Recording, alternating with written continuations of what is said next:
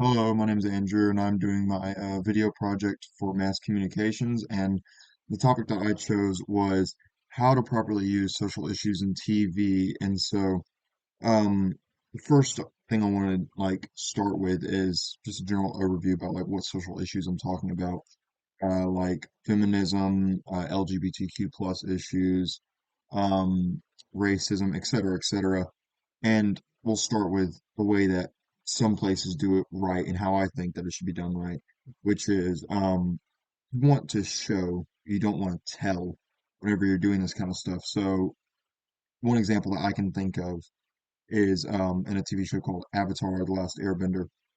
And in one of the episodes in the first season, there's a character named Sokka who's very sexist in nature and is very like pompous and arrogant. And whenever he meets these warriors, he is glad to finally be taught by a warrior race to show him how to do stuff, only to find out that they're all women. And so he comes into the episode thinking that he can just take over it and he can do no problem.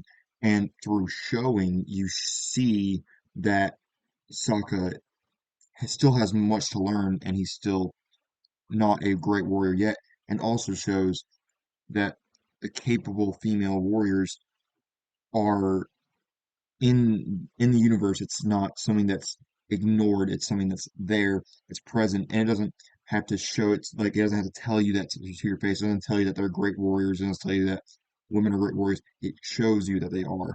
And so that's probably the best way to do it, as to avoid coming off as preachy, and it gets people to think about stuff rather than just them being told stuff, because that's not going to help anybody. Another way that you can kind of see this is again in Avatar with the war. The war, while it's always kind of shown in a negative light, it's never told, like you never get told, you never preach to about it. You're shown the aftermath, you're shown the atrocities of it, and you get to make your own opinions about it based on it. But you don't have to you don't have to get preached to about it. That's a big issue, is when you're preached to about it, then it you're getting lectured about something that you don't really have a snake in the race in. And so it's very interesting to see in most modern movies how preachy everything is from the right and from the left. It's very universal. It's interesting to see in most movies today, it's they're not showing, they're just telling. One example of this is the new Charlie's Angels that came out a while ago, the reboot of it. It was panned across the board, but it wasn't a good movie. And instead of showing these capable characters or showing how capable they are, they just tell you. They just tell you, they tell you, tell you, and it never works. That's not gonna influence anybody's decisions. Same thing with Captain Marvel. You have people who are being told that someone's important, and instead of showing it, there's there's no uh there's no showing of their potential, and it also can go in the opposite of that direction. Again, in a very universally panned, the whole Rey Skywalker and the new Star Wars trilogy was called a Mary Sue, and whether that's true or not is besides the point. But how they put her in the movie is they showed her as overpowered, like no limits or anything like that, when she was a beginner, and it doesn't make any sense that that would happen. Of course, things get retconned in later movies, and it makes a little more sense.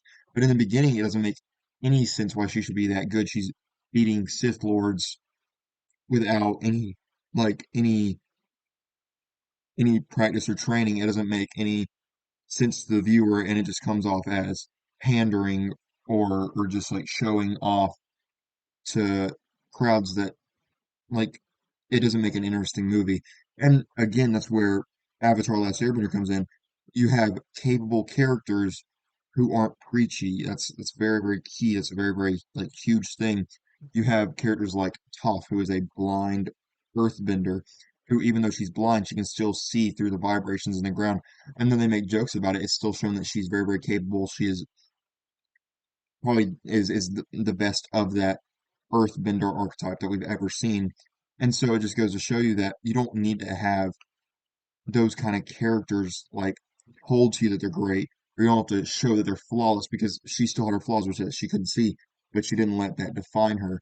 And so it just goes to show how you can write good characters that do show those themes, but without preaching it or without just telling it to the audience, because the audience doesn't want to be told, they want to see it.